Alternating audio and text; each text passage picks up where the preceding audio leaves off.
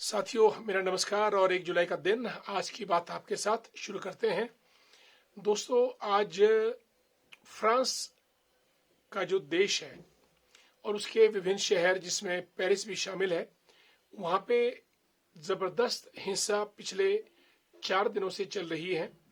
और इस हिंसा का मूल कारण है कि एक पुलिस ऑफिसर ने ट्रैफिक चेकिंग के दौरान 17 वर्षीय नाहेल को गोली मार दी और उसकी हत्या कर दी। इससे वहां पे जो नस्लवाद का एक उपद्रव और तांडव हुआ, उसने तकरीबन 2000 फ्रेंच बिल्डिंग्स को आग लगा दी और एक 800 वर्ष पुरानी लाइब्रेरी को भी आग के सुपुर्द किया।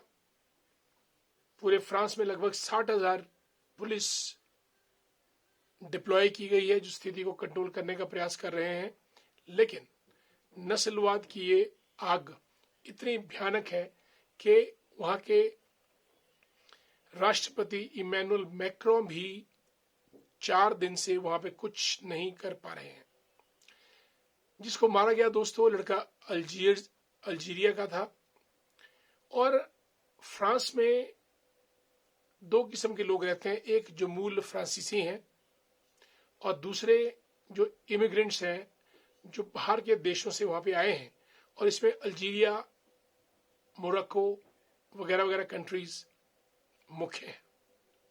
और आज ये जो नस्लवाद की आग में जो फ्रांस जला है, वो इसी वजह से है कि 2 किस्म के नागरिक सिटीजन वहां पे रह रहे हैं, एक मूलतः फ्रेंच फ्रांसीसी और दूसरे जो बाहर से आए हैं।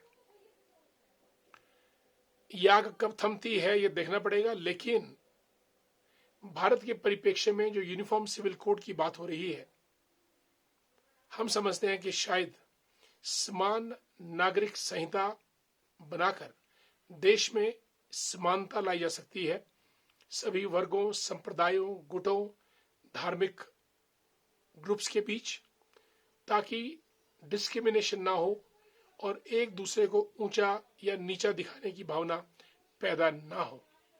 फ्रांस का उदाहरण हमारे सामने है और भारत में भी इस दिशा में प्रयास शुरू हो गए हैं।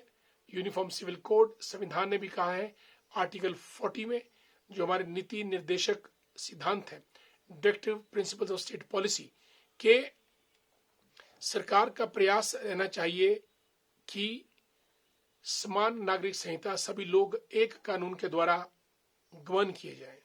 दोस्तों, हम कल्पना कर रहे हैं कि एक भारत समृद्ध भारत, और इसी भारत में एक टैक्स रजीम शुरू हो गया है, 1 tax 1 nation and 1 Aadhaar number in entire nation, Aadhaar card, UPI, और 1 रैंक 1 पेंशन तो यही है।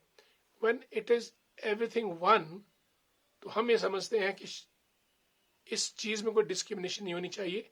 और इलाहाबाद हाई कोर्ट ने भी यही बात कही, सुप्रीम कोर्ट ने भी कही कि देश के अंदर समान कानून संहिता होनी चाहिए ताकि डिस्क्रिमिनेशन भारत के नागरिक का धर्म, जाति, संप्रदाय, मत, पंथ के आधार पे न हो।